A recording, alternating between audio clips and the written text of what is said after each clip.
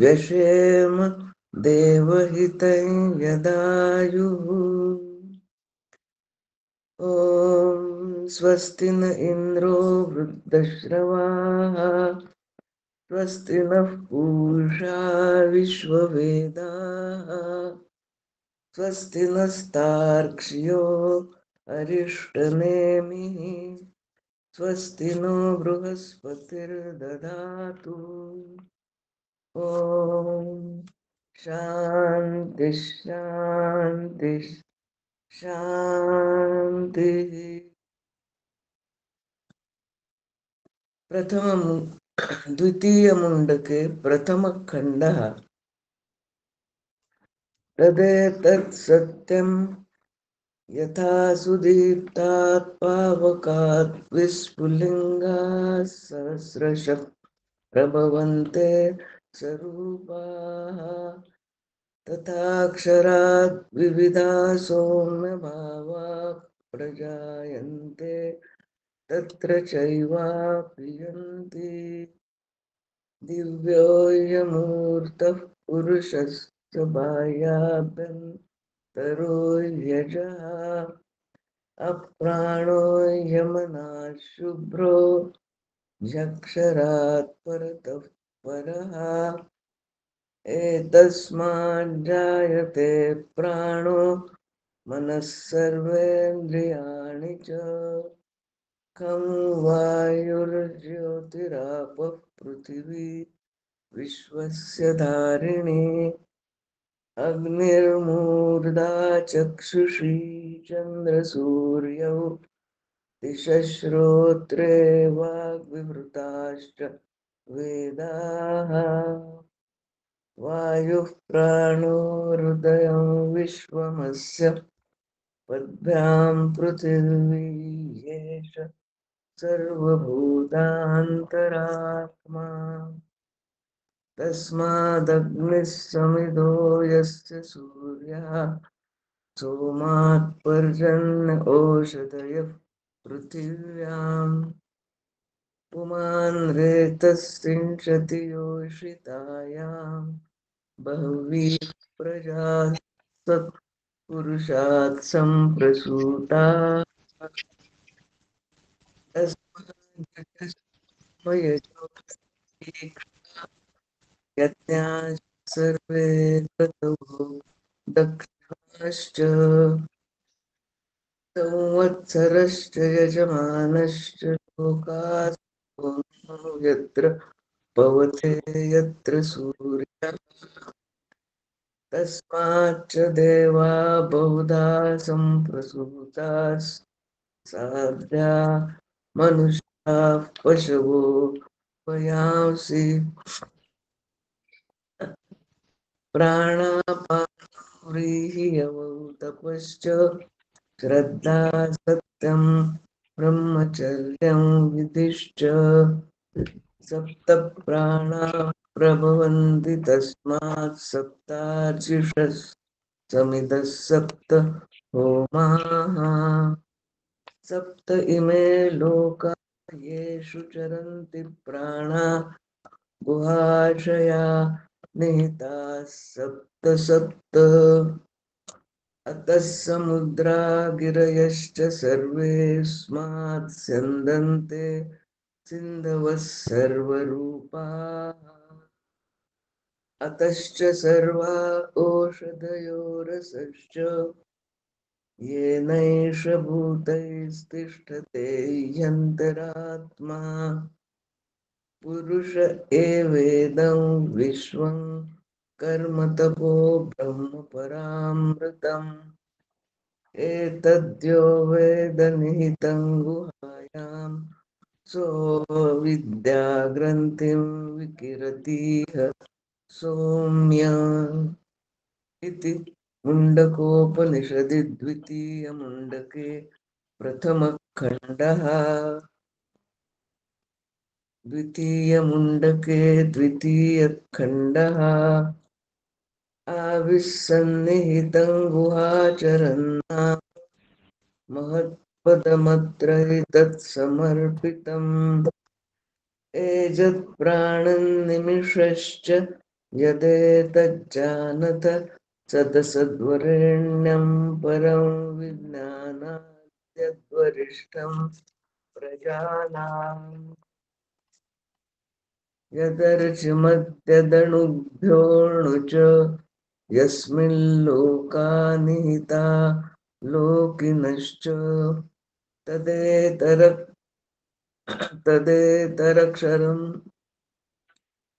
तदेतदक्षरं ब्रह्म तत्प्राणस्तदुवामनः तदेतत् सत्यन्तदमृतं तद्वेदद्रव्यं सौम्येति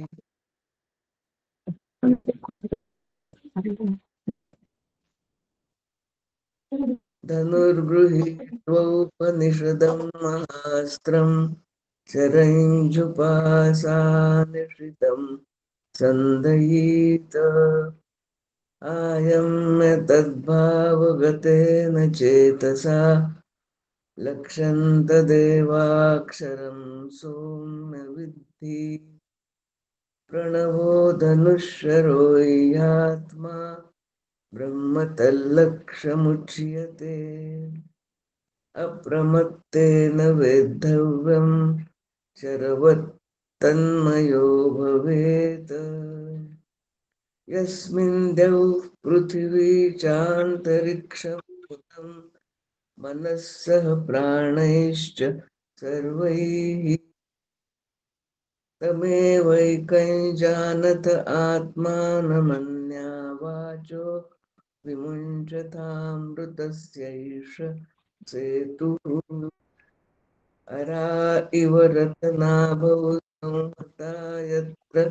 नाड्यः स एषोऽन्तश्चरते बहुधा जायमानः ओमित्येवं ध्यायत आत्मानं स्वस्ति वः पाराय तमसः परस्तात् यः सर्वज्ञः सर्वविद्यस्यैष महिमा दिव्ये ब्रह्मपुरे ह्येष व्योम्यात्मा प्रतिष्ठितः मनोमयः प्राणशरीरनेता प्रतिष्ठितोऽन्मे हृदयं सन्निधाय तद्विज्ञानेन परिपश्यन्ति धीरा आनन्दरूपममृतं यद्विभाति विद्यते हृदयग्रन्थिश्चिद्यन्ते सर्वसंशयः क्षीयन्ते चास्य कर्माणि तस्मिन् दृष्टे परावरे हिरण्मये परे कोशे विरजं ब्रह्म निष्कलम् तच्छुभ्रै ज्योतिषां ज्योतिस्तद्यात्मविदो विदुः तद्यदात्मविदो विदुः न तत्र सूर्यो भाति न चन्द्रतारकं नेमा विद्युतो भान्ति कुतोऽयमग्निः तमेव भान्तमनुभाति सर्वं तस्य भासा सर्वमिदं विभाति ब्रह्मैवेदममृतं पुरस्तात् ब्रह्म पश्चात् ब्रह्म दक्षिणश्चोत्तरेण अधश्चोर्ध्वं च प्रसृतं ब्रह्मैवेदं विश्वमिदं वरिष्ठम् इति मुण्डकोपनिषदि द्वितीयमुण्डके द्वितीयखण्डः हरिः ओम् श्रीगुरुभ्यो नमः हरिः ओम्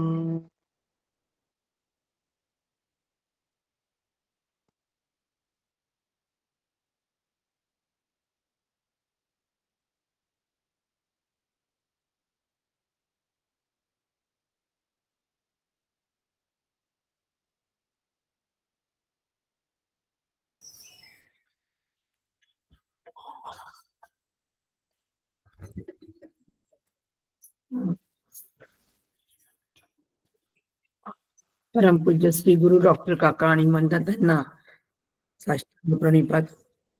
परम आदरणीय सुनील काकांना, आदरणीय नीलताईंना साष्टांग प्रणिपात. मागील मंत्रामध्ये आपण बघितलं की आत्मस्वरूप परब्रह्म स्वरूप हे निर्गुण निर्विशेष असं प्रतिपादन मागच्या मंत्राने केलं होतं, प्रतिपादित केलं होतं. त्यामध्ये श्रुतीने अप्राण, अमन या अशा पद्धतीने उल्लेख करून दिव्य, भव्य, सबाह्य, अभ्यंतर अशा पद्धतीने संपूर्णपणे परब्रह्माचं वर्णन करून सगळ्या सविशेषत्वाचा आणि सोपाधिक निषेध केला होता, हे आपण बघितलं. परंतु आता ह्या मंत्रामध्ये, मागच्या मंत्रामध्ये परत श्रुतीनी एकदा या अक्षर स्वरूपामध्येच विश्व निर्मिती श्रुती सांगते आहे. म्हणून ह्याच पुरुषामधून प्राण हे निर्माण झाले. पण हे जे प्राण आहे, हे प्राण हा वाणीचा विकार आहे, हे पण श्रुती सांगते आम्हाला. म्हणून प्राण हा नाममात्र आहे, मिथ्या आहे, अनृत आहे, हे आम्ही पक्क लक्षात घ्यायचं. श्रुती म्हणते की वाचारंभण विकारो नामधेय वृत्तिकेत्य सत्यम, असं श्रुती आम्हाला सांगते आहे. म्हणजे प्राण हा निर्माण झालेला नाहीये, तर प्राण हा नाममात्र आहे आणि मिथ्या आहे.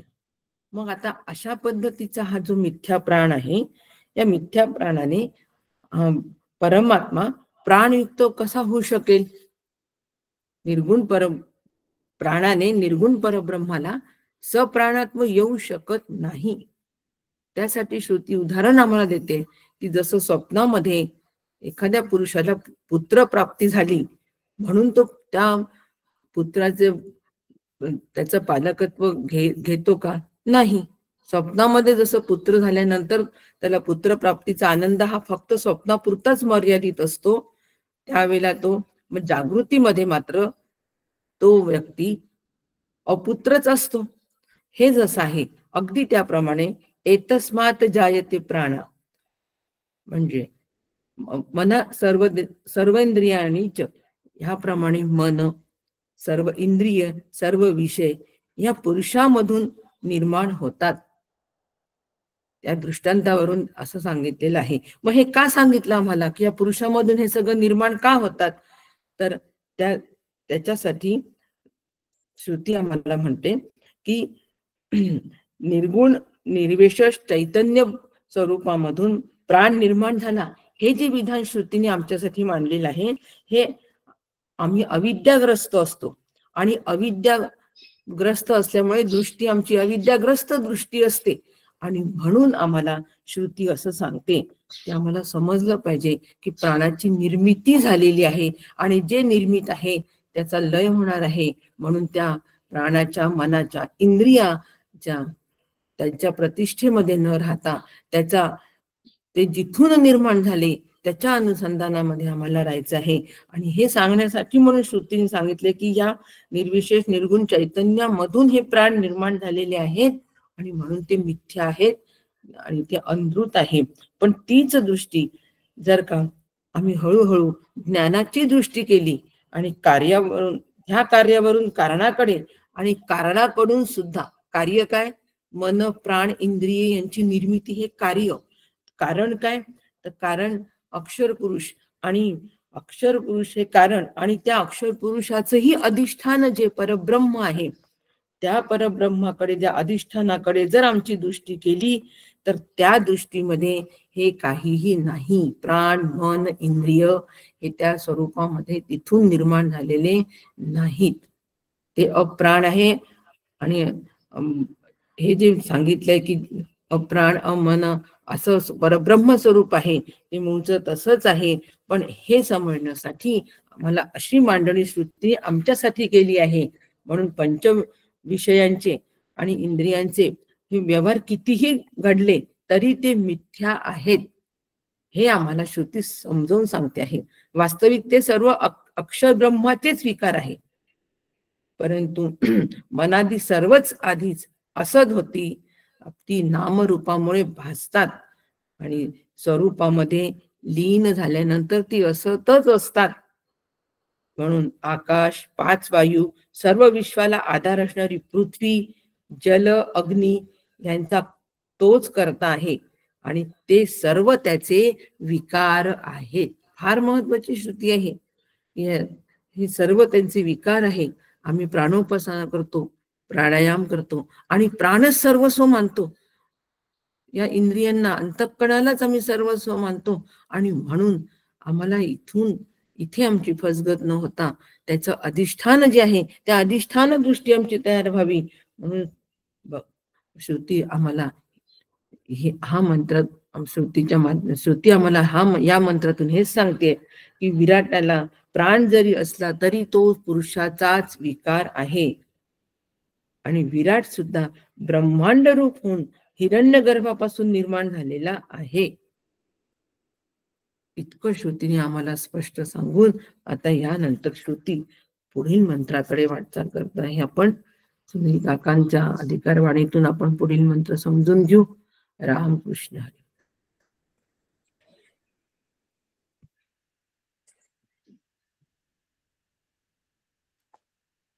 हरे राम राम राम हरे हरे, हरे कृष्ण कृष्ण कृष्ण हरे हरे. सद्गुरुनाथ महाराज की जय. वंशी विभूषित करान्नवनीरदाभा, पीतांबरा दरुण बिंब फलाधरुष्टा, पूर्णेन्दु सुंदर मुखादरविंद नेत्रा, कृष्णात् परम किमपि तत्त्वमहं न जाने. श्रुति स्मृति पुराणानां निलयं करुणालयं, नमामि भगवत्पादं शङ्करं लोकशङ्करः. शङ्करं शङ्कराचार्यं केशवं बादरायणं, सूत्रभाष्य कृतौ वन्दे भगवन्तौ पुनः पुनः. सदाशिवसमारम्भां शङ्कराचार्यमध्यमाम्, अस्मदाचार्यपर्यन्तां वन्दे गुरुपरम्परा, वन्दे गुरुपरम्परा. अभाग्यासी करी भाग्यवंत, काका ब्रह्मरूपचे मूर्तिमंत, जीवत्वाची भ्रांत स्वरूपी विराली, आनंदाचे तू मूळ, तेथे आटती प्रमाणांचे जळ, आपणा सारिखे सकळ करोनी ठेले. सद्गुरुनाथ महाराज की.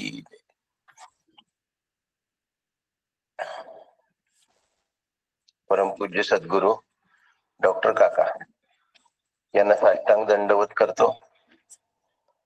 पूजनीय मंडाताई यांना साष्टांग नमस्कार करतो. आदरणीय नीलाताई दातार यांना वंदन करतो. आपण सगळे स्वरूप श्रोते आपणास वंदन करतो आणि प्रारंभ करूया. आपण सगळे मिळून अभ्यासाला प्रारंभ करू. शांतीपाठ म्हणूया सगळे. ओ भद्रं कर्णेभिः शृणुयाम देवा,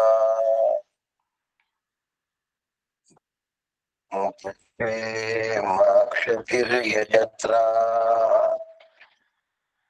स्थिरैरङ्गैस्तुष्टुवान् सस्तनुभिर्व्यशेम देवहितं यदायुः. स्वस्ति न इंद्रो वृद्धश्रवाः, स्वस्ति नः पूषा विश्ववेदाः, स्वस्ति नस्ताक्षो अरिष्टनेमी स्वस्ति नो बृहस्पतिर्दधातु ओम शांति शांति शांति। हरि ओम श्री गुरुभ्यो नमः। हरि ओम। आज आपण 3 मंत्र बघण्याच्या प्रयत्नात आहोत. बघूया काय होतं. अग्निर्मूर्धा चक्षुषी चंद्र सूर्यो दिशा श्रोत्रे वाक् विवृत्ताश्च वेदाः वायु प्राणो हृदयं विश्वमस्य पद्भ्यां पृथिवी येष सर्वभूतान्तरात्मा.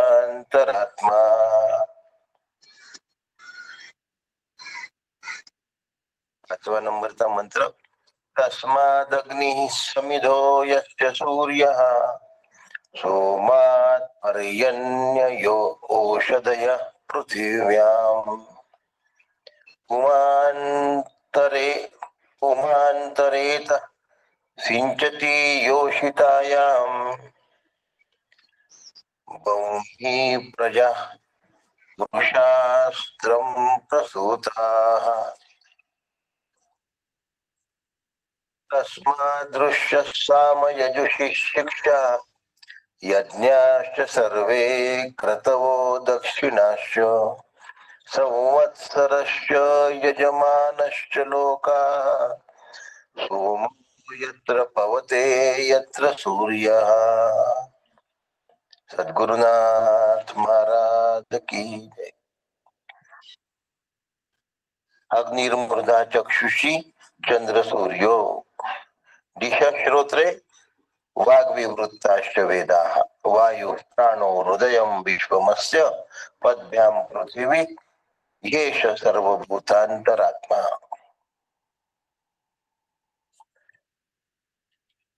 मागच्या मंत्रामध्ये आपण पाहिलंय काय पाहिलंय. दिव्यो यमूर्त हा पुरुष अमूर्त आहे. सबाह्यभ्यंतरो यजः आत आणि बाहेर व्याप्त आहे. असा अमूर्त जो पुरुष आहे तरी पण आम्हाला त्याला प्राण नाही मन नाही. तो शुभ्र आहे, तो विमल आहे, सगळं सांगून झालं तरी सुद्धा कुठेतरी आकृतीची काय असते इच्छा असते की नाही. तरी तो कसा आहे हे सांगा. यमूर्त त्याला मूर्तीच नाही, तो रूपामध्ये नाही, तो अमूर्त आहे. असा तो पुरुष आहे. तो आत आणि बाहेर व्याप्त आहे असा तो पुरुष आहे. असं म्हटल्यानंतर सुद्धा आम्हाला मूर्ती पाहिजे.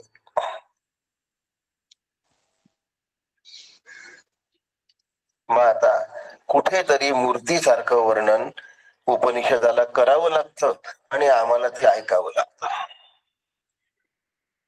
कारण काय.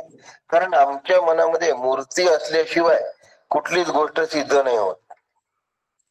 म्हणून मग या ठिकाणी भाष्यकार म्हणजे जगद्गुरु श्रीमदाद्य शंकराचार्य सांगतात की तो पुरुष प्रथमज आहे. प्रथमज आहे म्हणजे तो प्रथम जन्माला आलेला आहे.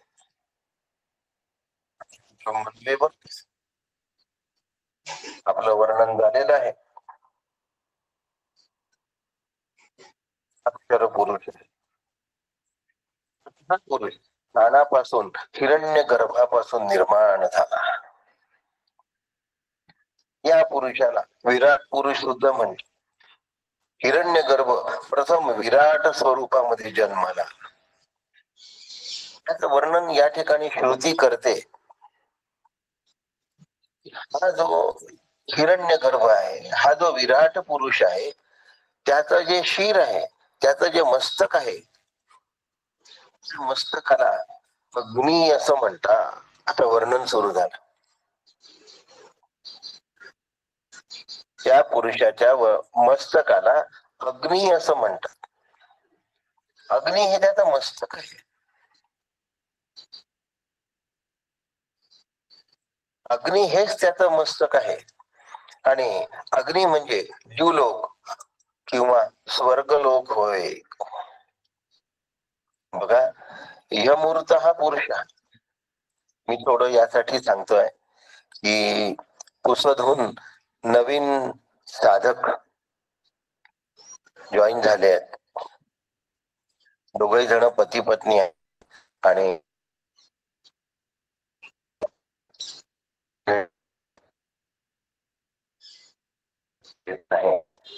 तो पुरुष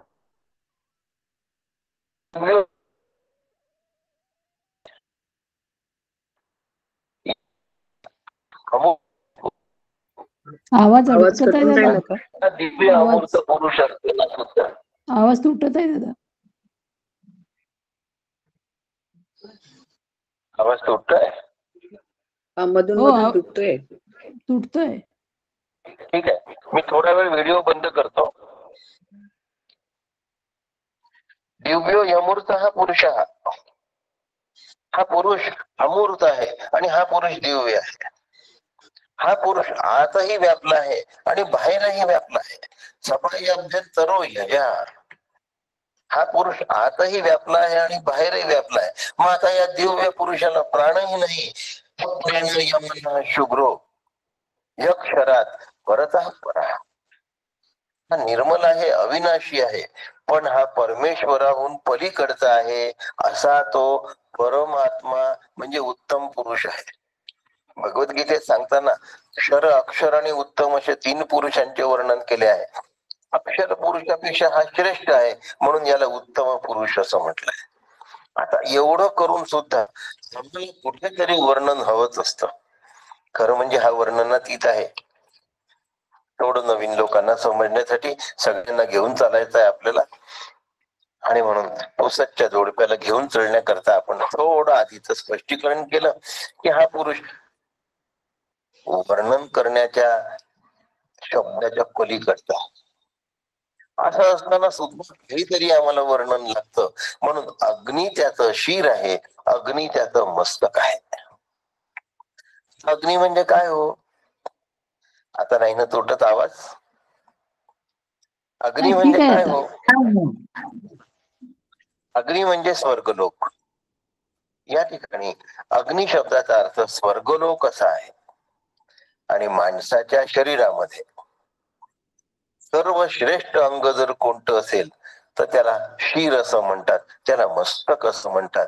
म्हणून मस्तकाला संस्कृत मध्ये उत्तमांग असं म्हणतात. आपल्या शरीरातलं अगदी त्यातल्या त्यात महत्वाचं, सगळेच महत्वाचे असतात, पण त्यातल्या त्यात सर्वात महत्वाचं जर काय असेल तर ते शिर आहे. म्हणून त्या शिराला उत्तमांग असं म्हणतात. म्हणून आपलं शिर आणि सगळ्यात कनिष्ठ अवयव पाय मानला जातो. म्हणून आपलं उत्तम अंग श्री गुरूंच्या चरणावर समर्पित करायचं असतं. म्हणजे अहंकाराचा लय करायचा असतो. सर्वश्रेष्ठ गोष्ट त्यांच्या पायावर वाहिली आहे. आपण सांगितलं पुढे पृथ्वी म्हटलंय त्यांनी पायाला. हे जे पाद आहे त्या पादावर आपण आपलं उत्तम अंग समर्पित केलं म्हणजे श्री गुरुपाशी आपल्या अहंकार ठेवायचा आहे.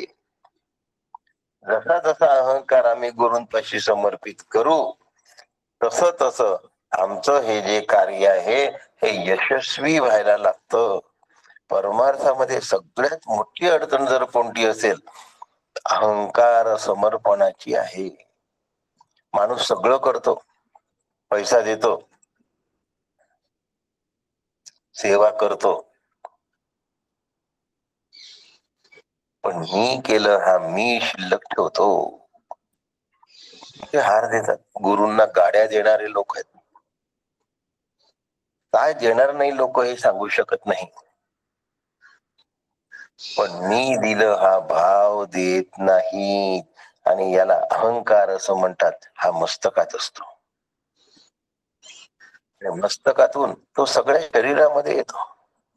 म्हणून अहंकारी माणसाची जी बॉडी लँग्वेज आहे ती मोठी वेगळीच असते बघा. आता मला बसल्या बसल्या इथे सांगता येणार नाही, पण अनेक प्रकारच्या अहंकारी व्यक्तींच्या अनेक प्रकारच्या बॉडी लँग्वेज असतात. बुद्धीचा अहंकार असतो, धनाचा अहंकार असतो, रूपाचा अहंकार असतो, कीर्तीचा अहंकार असतो. आपल्यासारखं शिकवत नाही असा शिकवण्याचा अहंकार असतो. माझ्यासारखे लोक कोणाकडे जमत नाहीत असा त्याचाही अहंकार असतो. इतक्या पद्धतीचा अहंकार असतो. शास्त्रांनी त्याला 3 पद्धतीमध्ये विभागून दिलं त्या अहंकाराला.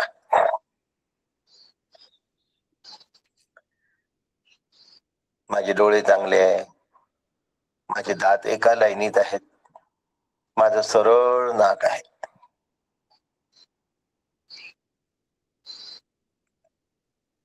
याला देह सापेक्ष अहम असं म्हणतात.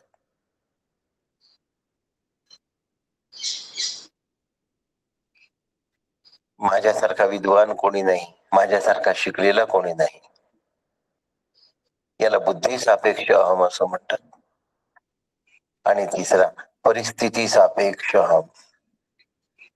आमची स्थिती कशी आहे, यूं त्यूं, आमचे मुलं फॉरेनला, तुमचे भारतातच का हो. परिस्थिती सापेक्ष अहम. शास्त्राने या 3 अहम मध्ये सगळ्या गोष्टींचे अहम आणले आहेत. आता माझ्यासारखा ताकदवान कोणी नाही, हा देह सापेक्ष अहम आहे.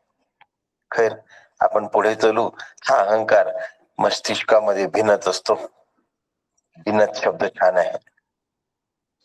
आणि म्हणून शीर्ष, तसही पूर्ण शरीराला चांगलं ठेवण्याची व्यवस्था शीर्षामध्ये आहे, म्हणजे डोक्यामध्ये आहे. आणि हे जे आहे सर्वश्रेष्ठ शिर, त्या शिर सगळ्या शरीराचं कार्य नियमित करतं. आमचे ब्रेन सेंटर सगळे कुठे असतात, डोक्यामध्ये असतात. खैर, सत्सद्विवेक बुद्धी सुद्धा डोक्यातच असते. इच्छा, क्रिया आणि ज्ञानशक्ती यांची उपलब्धी सुद्धा डोक्यामधूनच होते. म्हणून पुरुषाचं शिर, पुरुषाचं मस्तक, पुरुष म्हणजे स्त्री आलं बर का, नाहीतर पुन्हा त्याला वेगळं कराल असं नाही. जीवाचं शिर, जीवाचं मस्तक, याला स्वर्गलोक असं म्हटलं आहे. त्यालाच अग्नी असं सुद्धा म्हटलेलं आहे. पुढे सांगतात की त्या पुरुषाला 2 डोळे आहेत. आता कसं आहे, आपल्या समोरचा जो पुरुष आहे तो आपाद मस्तक जर पाहिला डोक्यापासून पायापर्यंत, तर तशा प्रकारचं वर्णन श्रुतीला करणं भाग आहे. वास्तविक दिव्य य पुरुष हा पुरुष, दिव्य य पुरुष अमूर्त, दिव्य यमूर्त हा पुरुष. हा पुरुष कसा आहे, दिव्य आहे आणि अमूर्त आहे, पण आम्हाला कुठेतरी वर्णन लागतं. म्हणून मग अग्नी हे त्याचं शिर आहे, हे त्याचं मस्तक आहे, हे त्याचं उत्तम अंग आहे. त्याला 2 डोळे आहेत. त्या 2 डोळ्यांना चंद्र आणि सूर्य असं म्हणतात.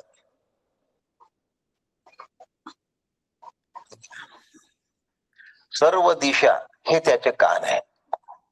कल्पना नीट करा बरं का. दिशा हे त्याचे कान आहेत. माझा पूर्व, पश्चिम, उत्तर, दक्षिण,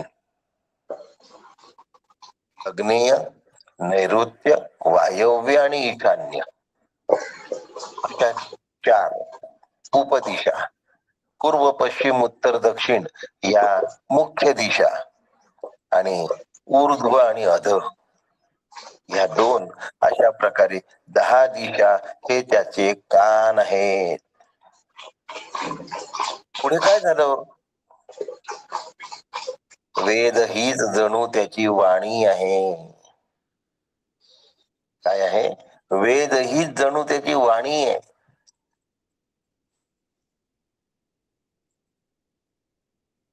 परब्रह्माचंच अक्षर स्वरूप आहे त्याची वाचा, त्याची वाणी. म्हणून वेदांना साक्षात वाङ्मय स्वरूप असं म्हणतात.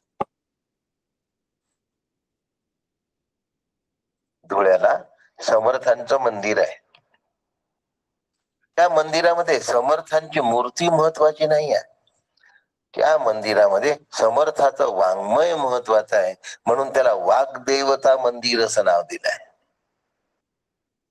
प्रतिष्ठापना कशाची आहे? वाग्देवता, त्यांच्या ग्रंथांची प्रतिष्ठापना आहे. त्यांच्या तोंडून निघालेले जे उद्गार ते लेखन स्वरूपामध्ये उतरले, म्हणून त्याला वाङ्मय स्वरूप असं म्हणतात. समर्थांचं वाग्देवता मंदिर हे धुळ्यामध्ये आहे. तिथे मी प्रवचनाला गेलो होतो आणि अनेक समर्थ भक्त त्या ठिकाणी येत असतात. ब्रह्माचे साक्षात स्वरूप हे वाङ्मय स्वरूप आहे. आणि या विराट पुरुषाची जी वाणी ती वेद आहे. आता वायू हे पंचमहाभूत आहेत. तर वायू म्हणजे प्राणाला, म्हणून जणू काही प्राण आणि अपान हे त्या ठिकाणी दोनही गृहीत धरायचे. आता 2 गृहीत धरायचे की 5 गृहीत धरायचे की 10 गृहीत धरायचे? तुम्ही म्हणाल 5 म्हणजे काय, 10 म्हणजे काय? प्राणापानो व्यान उदान समान, हा 5 झाले. देवदत्त, धनंजय हे उपप्राण झाले. असे 10 5 मुख्य प्राण, 5 उपप्राण. जसं 4 मुख्य दिशा आणि 4 उपदिशा आणि एक खाली अशा 10, तसं 5 प्राण आणि 5 उपप्राण या समष्टीचा वायू रूपाने विश्वामध्ये संचार असतो. श्वास आणि उश्वासाशिवाय आपण जगू शकतो का हो? पुढे सांगतात की संपूर्ण जे विश्व आहे, संपूर्ण जी सृष्टी आहे, हे त्याचं जणू काही हृदय आहे. विश्वाचा विचार केला तर आपल्या लक्षात येतं की मन म्हणजेच विश्व आहे. संस्कृत मध्ये त्याची व्याख्या केली जाते, जायते ती जहा आणि गच्छती ती कहा. जग शब्दाची व्याख्या आहे जायते इति जहा आणि गच्छते इति गहा. जे जन्माला येतं आणि मरण पावतं त्याला जग असं म्हणतात. आता जन्माला येणं हा एक विकार आणि मरण पावणं हा दुसरा विकार.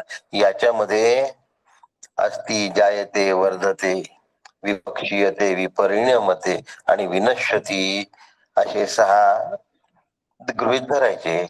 आता जायते अस्ति मध्ये आणि विनश्यती याच्यामध्ये 4 असे षड्विकार.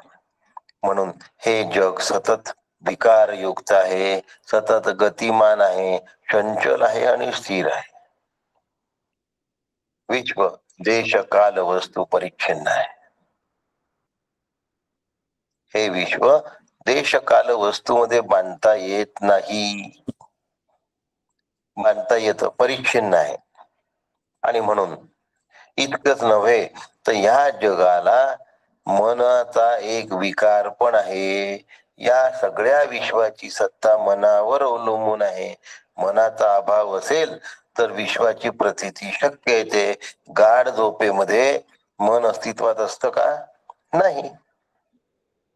म्हणून मनोमात्रम इदम द्वैतम अद्वैतम परमार्थतः मांडुक्य कारिका.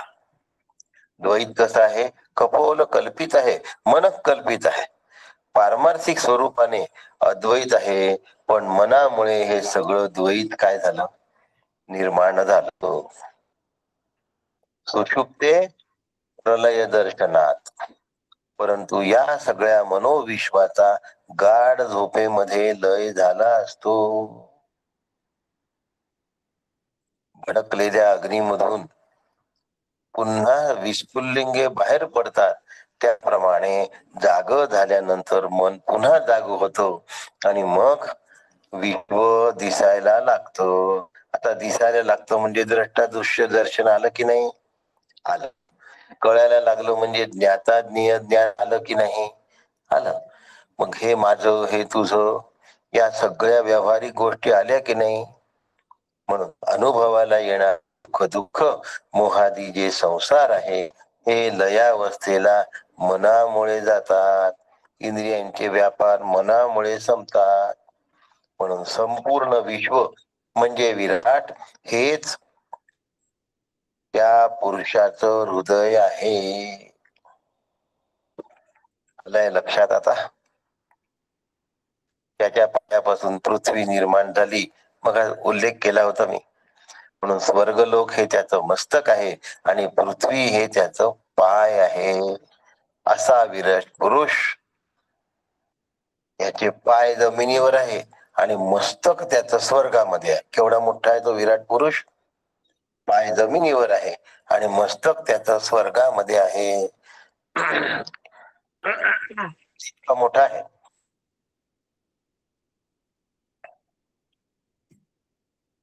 ओम सहस्रशीर्षा पुरुषः सहस्राक्ष सहस्रपात स भूमिं विश्वतो वृत्वा त्यतिष्ठत् दशांगुलम्.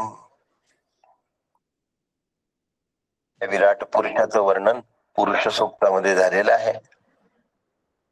आता स्वर्ग म्हणजे मस्तक, चंद्र सूर्य म्हणजे डोळे, दिशा म्हणजे त्याचे कान, वेद ही त्याची वाणी, वायू हा त्याचा प्राण, विश्व हे त्याचं हृदय, पृथ्वी हे त्याचे पाय, असा हा पुरुष आहे. म्हणून द्योतनात्मक इति देवा, हा देव शब्दाची जी व्याख्या आहे, किती सुंदर केलेली व्याख्या आहे. द्योतनात्मक इति देवा म्हणजे काय हो? संपूर्ण विश्वाला प्रकाशित करतो. आणि म्हणून त्या देवाला विष्णू असं म्हणतात. पुरुष सूक्त कोणाचा आहे हो? विष्णूचा आहे. मग विष्णू कोणाला म्हणतात? व्यापकत्वात इथे विष्णू. आमचं काय आहे? काही गोष्टी बघायच्या काहीच नाही, फक्त म्हणून टाकायचं. पाठ पाठ पाठ करणं चांगलं आहे बरं, पण पाठ केल्यानंतर त्याच्या अर्थाचं अवगाहन केलं पाहिजे, त्याच्यावर चिंतन केलं पाहिजे. हा विष्णू सर्व व्यापक आहे, सगळ्या विश्वाला व्यापून उरला आहे. आणि म्हणून तो अनंत आहे, तो अपार आहे.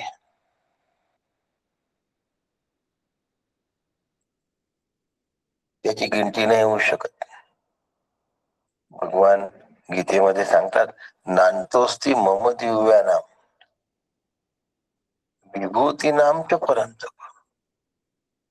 नांतोस्ती, याला अंत नाही आहे. कशाला अंत नाही आहे? माझ्या दिव्यत्वाला अंत नाही आहे. तरी वर्णन आम्हाला हवंच आहे बरं का. अग्नी हे त्याचा म्हणजे स्वर्ग लोक हे त्याचं मस्तक आहे आणि पृथ्वी हे त्याचे पाय आहे. मध्ये आपण हृदय सांगितलं आहे. दिशा हे त्याचे कान आहेत, सूर्य आणि चंद्र हे त्याचे डोळे आहेत, वायू हा त्याचा प्राण आहे. एवढा व्यापक आहे हो. द्योतनातिथी देवा हा, आणि असा सगळ्या विश्वाला हा प्रकाशमान करतो. म्हणून विभूती योगात विराट स्वरूप सांगताना नांतोस्ती मम दिव्या नाम, याला अंत नाही आहे. माझ्या दिव्यत्वाला अंत नाही, परिच्छिन्नत्व नाही. माझ्या दिव्यत्वाला परिच्छिन्नत्व नाही, लक्षात ठेवा.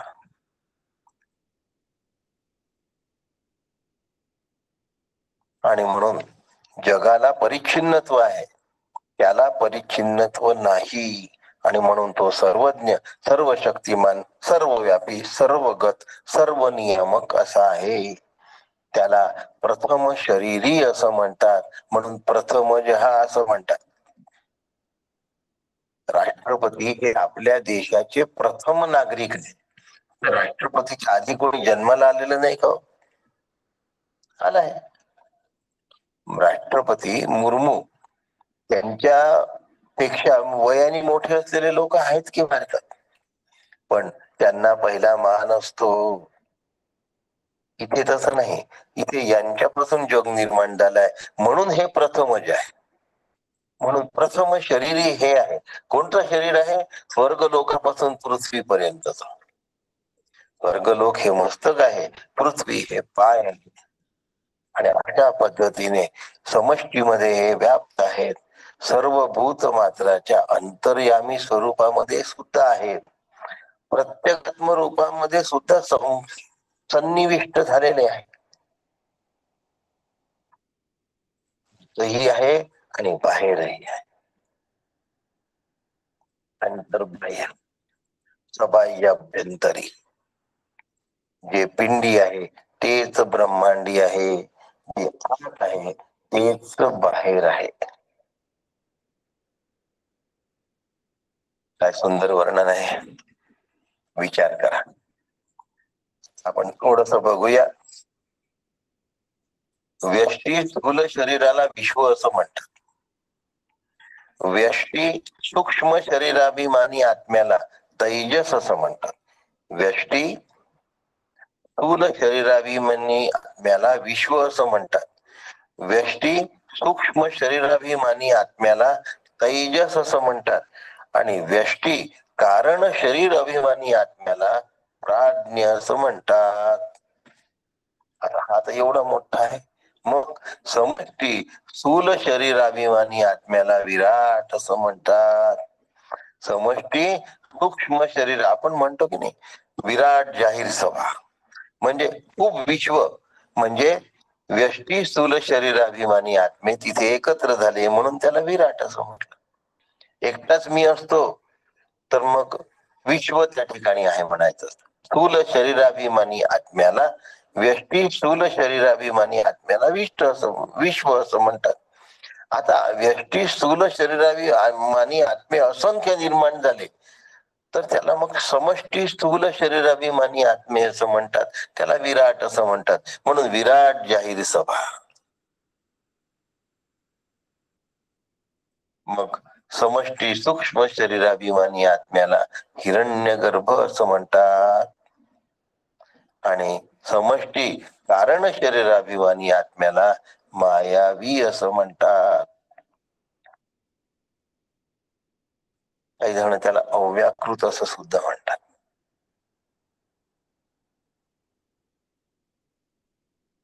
आणि म्हणून विश्व, तैजस आणि प्राज्ञ, विराट, हिरण्यगर्भ आणि मायावी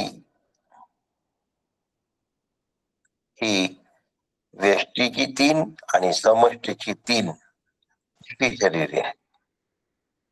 यात विराट जो आहे हा प्रथम शरीरी आहे. ही त्रैलोक्याची उपाधी आहे, लक्षात घ्या.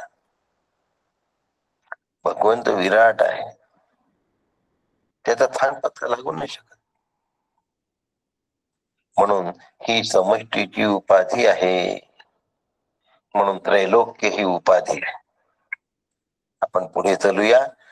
तस्मादग्नी समिधो यस्य सूर्य होमात पर्यंत औषधया पृथिव्यां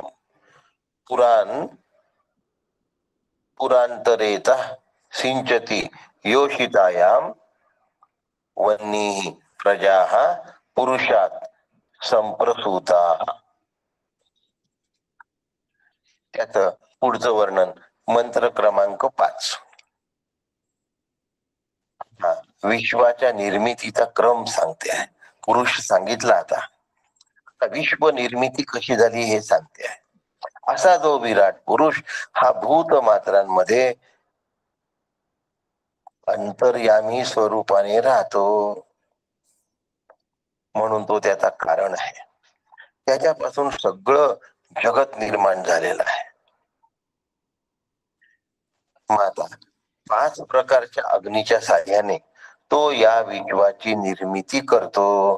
पंचाग्नी म्हणतात. काही लोक पंचाग्नी साधन असं करत असतात. असो, पण बघूया त्याच्याबद्दल थोडस. तर कसं आहे, अग्नीच्या साह्याने तो विश्वाची निर्मिती करतो. प्रजावस्थान रूपा हा हे वेदामधलं त्याचं नाव आहे.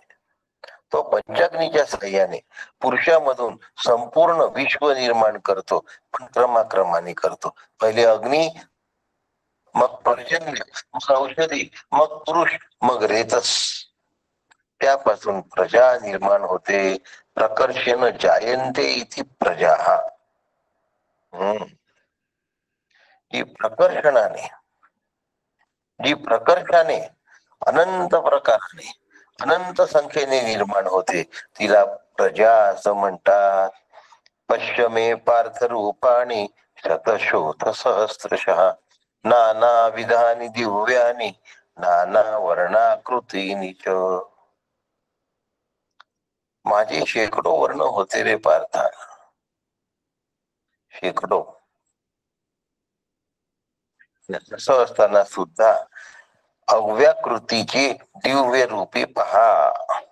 आता त्याचं रूप सांगतात आहे, जणू काही सूर्य ही त्याची समिधा आहे. हा पहिला अग्नी.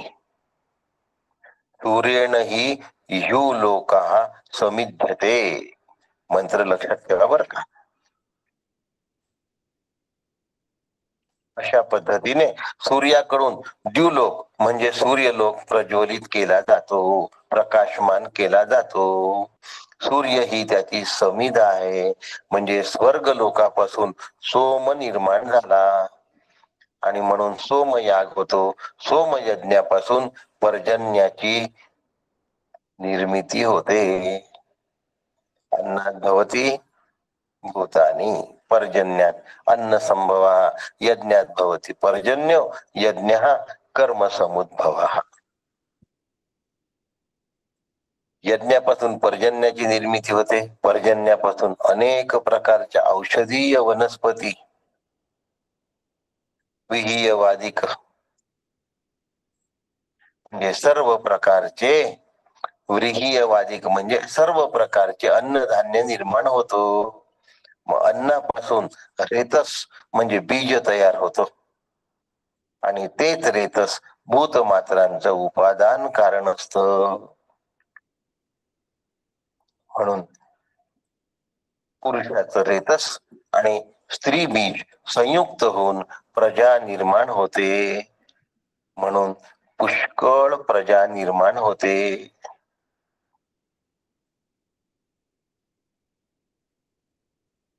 म्हणून पहिला अग्नी सांगितलाय द्युलोक,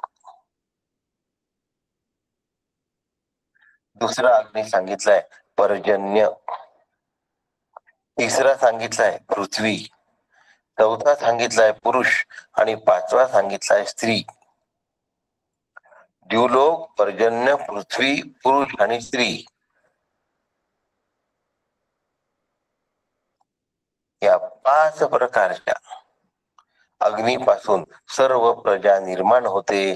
म्हणून गर्भधारणा जरी होत असली तरी त्या गर्भधारणेला कारण रेतस असत.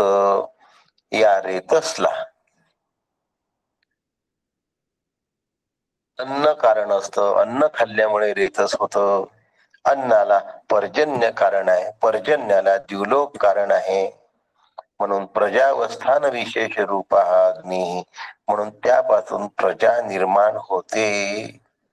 म्हणून आचार्यांनी याला इथे विशिष्ट नाव दिलं आणि त्या प्रजेपासून अनेक लोक निर्माण होतात. प्रजा म्हणजे लोक.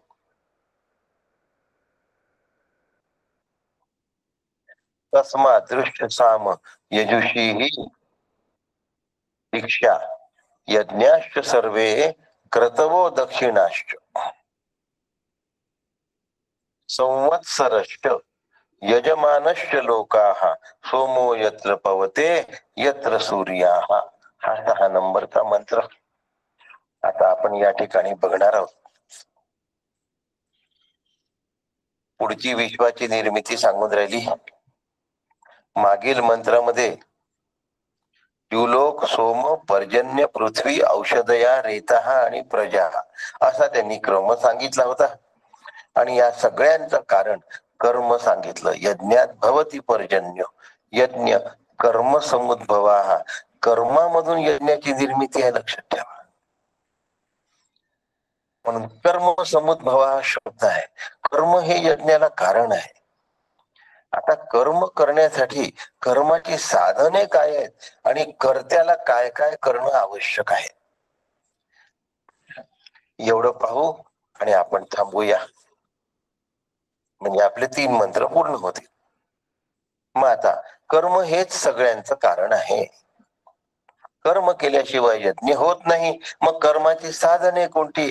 कर्म करण्यासाठी कर्त्याला काय काय करणं आवश्यक आहे.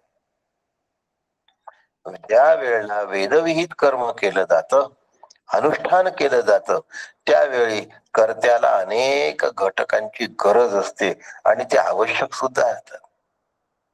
सर्व कर्म साधने सुद्धा निर्माण होतात. शंका येईल ती साधने कशी काय निर्माण होतात. यावर श्रुती सांगते की ऋक मंत्र, साम मंत्र आणि यजुष मंत्रांमुळे ते निर्माण झालेले आहेत. तीन वेदांच्या मंत्रांमधून ही सगळी साधनं तयार झाली. नीट ऐका हा. ऐकण्याचा भाग जास्त आहे, चिंतनाचा भाग फार कमी आहे. ऋग्वेदातील मंत्र. आता ऋग्वेद या मंत्रामध्ये अक्षर आहे आणि पाद आहे. पण अक्षर आणि पाद यांच्यामध्ये नियमितता आहे. ऋग्वेदातील मंत्रातल्या ज्या रुच्या आहेत त्या नियताक्षर पादावसाना. कसे आहे ऋग्वेदातले मंत्र? नियताक्षर पादावसाना. मंत्रांमध्ये अक्षर आणि पाद हे नियमानी आहेत, अत्यंत नियमितपणे आहेत. ऋग्वेदाबद्दल बोलतोय म्हणजे सुसूत्रता आहे, चरणांमध्ये समन्वय आहे, विशिष्ट छंद आहे किंवा सुव्यवस्थित चाललेले रचलेले वेदमंत्र सुद्धा त्याच्यात आहेत.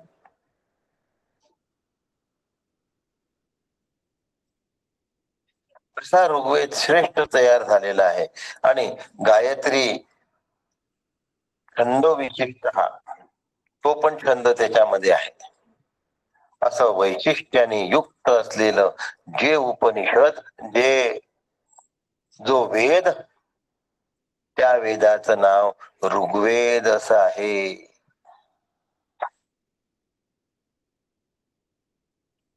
एवढा ऋग्वेद श्रेष्ठ आहे की यात अक्षर आणि पाद अतिशय नियमित आहेत. ऋग्वेदामध्ये सुसूत्रता आहे, ऋग्वेदामध्ये समन्वय आहे, ऋग्वेदामध्ये विशिष्ट छंद आहे आणि व्यवस्थित वृत्त रचलेलं आहे. त्यात जराही मागे पुढे केलेलं नाही.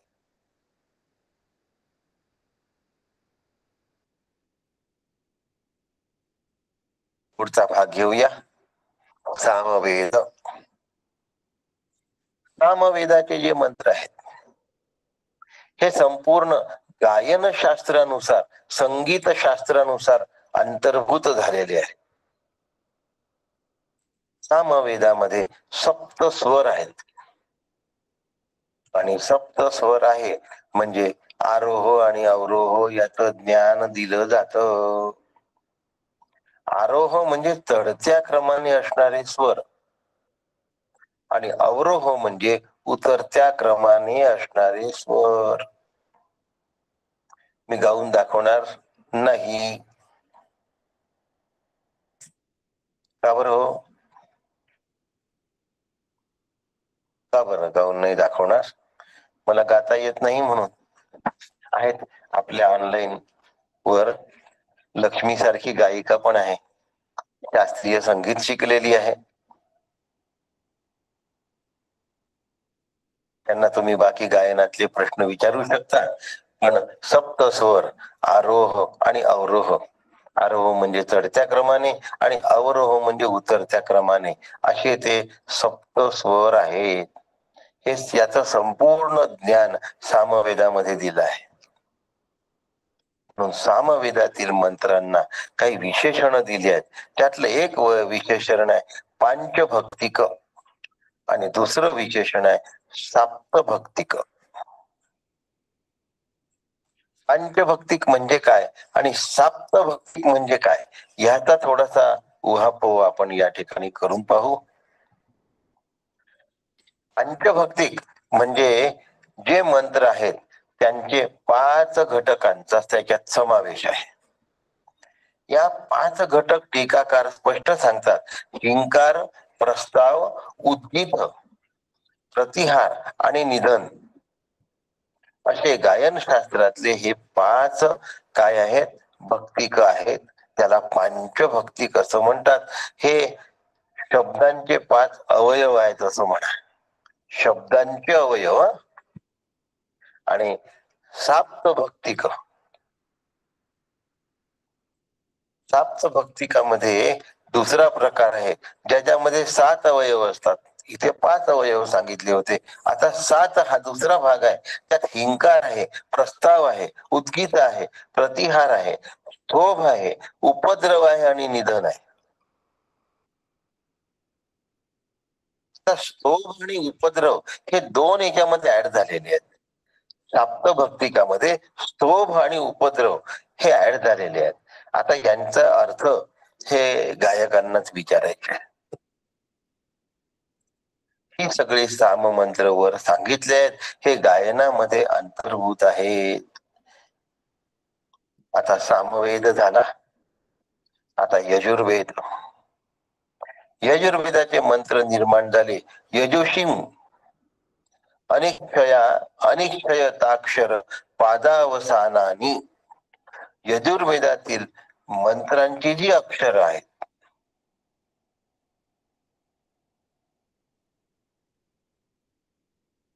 ती पाद आणि चरण यांचं अनियत म्हणजे अनियमित आहे. ऋग्वेदामध्ये पाद आणि चरण अक्षर अत्यंत नियमित आहे, इथे अतिशय अनियमित आहे. त्याला कुठलंही बंधन नाही. यजुर्वेदामध्ये त्याचं स्वरूप सुद्धा पद्य नसून गद्यच आहे.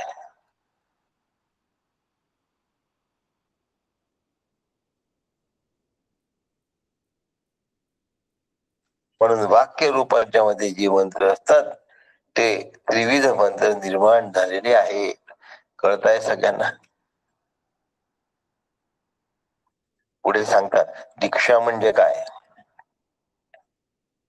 मौंजी बंधनादी उपनयन संस्कार निर्माण झाले. यातून मौंजी बंधनादी उपनयन संस्कार निर्माण झाले. मौंजी बंधनाच्या दीक्षेने जीवाला ब्रह्मचर्य व्रत पालन करावं लागतं. ती दीक्षा प्रदान केली जाते. त्या पुरुषाला गायत्रीचा अधिकार होतो आणि जे जे विधी श्रुतीने सांगितले ते विधी करण्याचा त्याला अधिकार होतो. यावत जीवम अग्निहोत्रम जुहुयात. पाराशर स्मृती अहम अहम संध्या उपासित. अहम हा संध्या उपासित हा विधी झाला. उपनयन संस्काराच्या वेळेला दिला जातो. संध्या वंदन हे कर्मासाठी अधिकार प्राप्त होतो.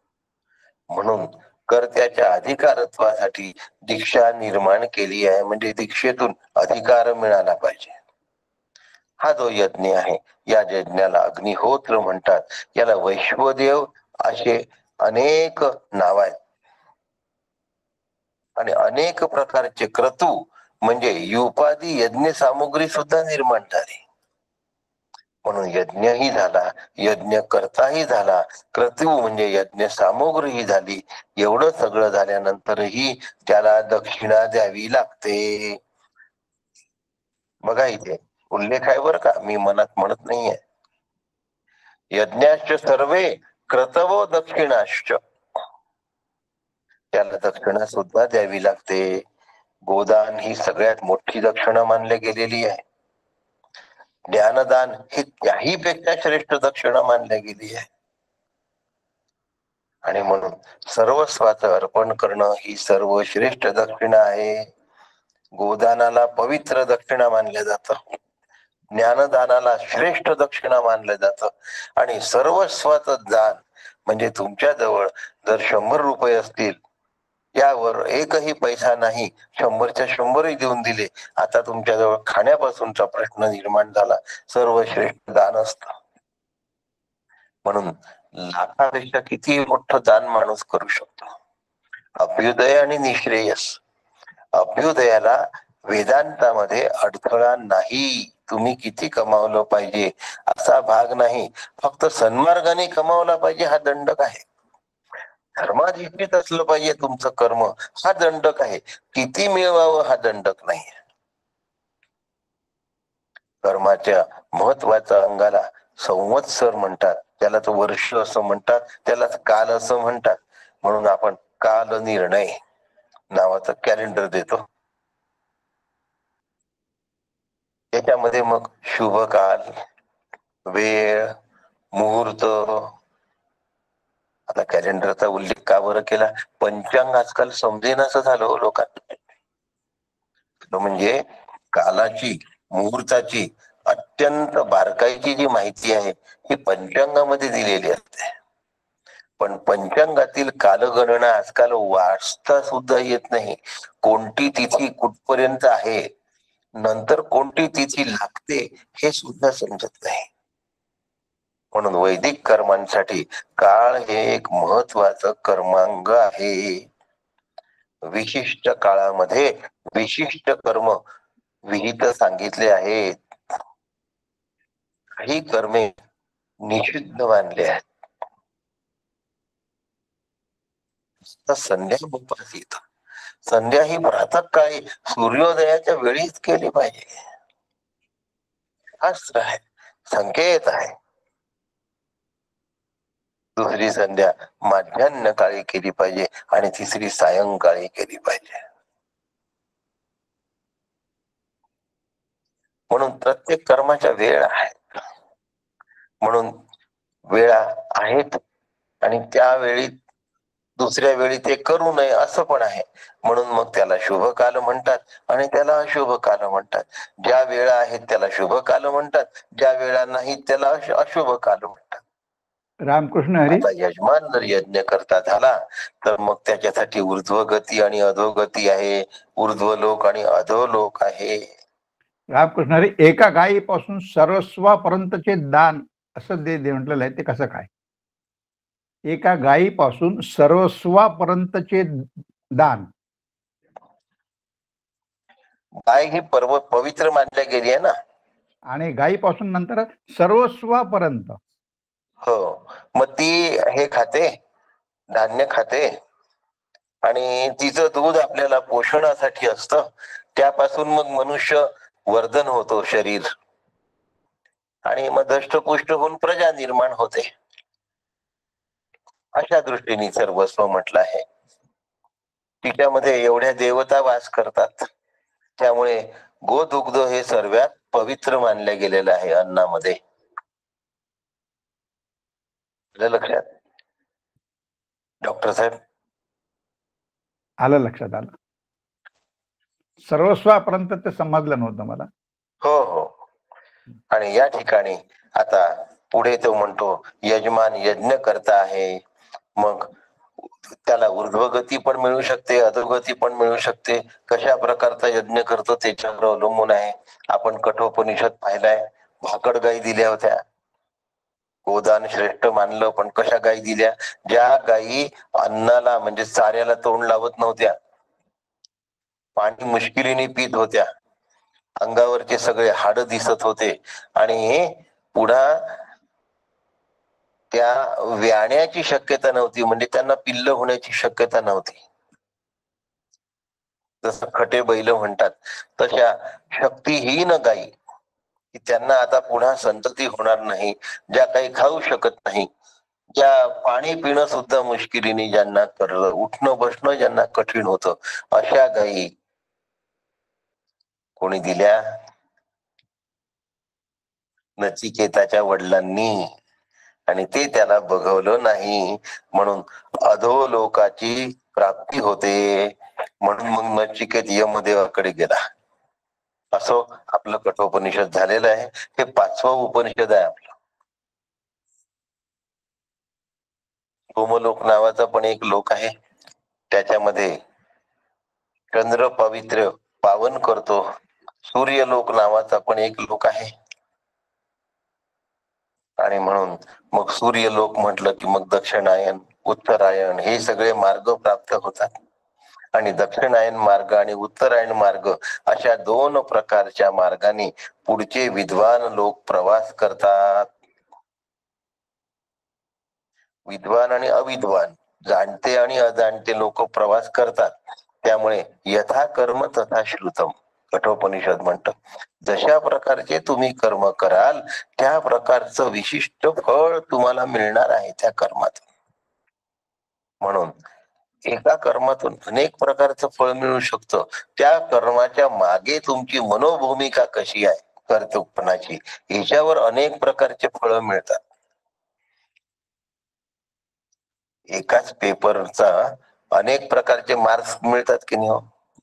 पेपर 100 मार्काचा असतो, पण मार्क्स मिळत असताना 0 पासून 100 पर्यंत मार्क्स मिळू शकतात की नाही?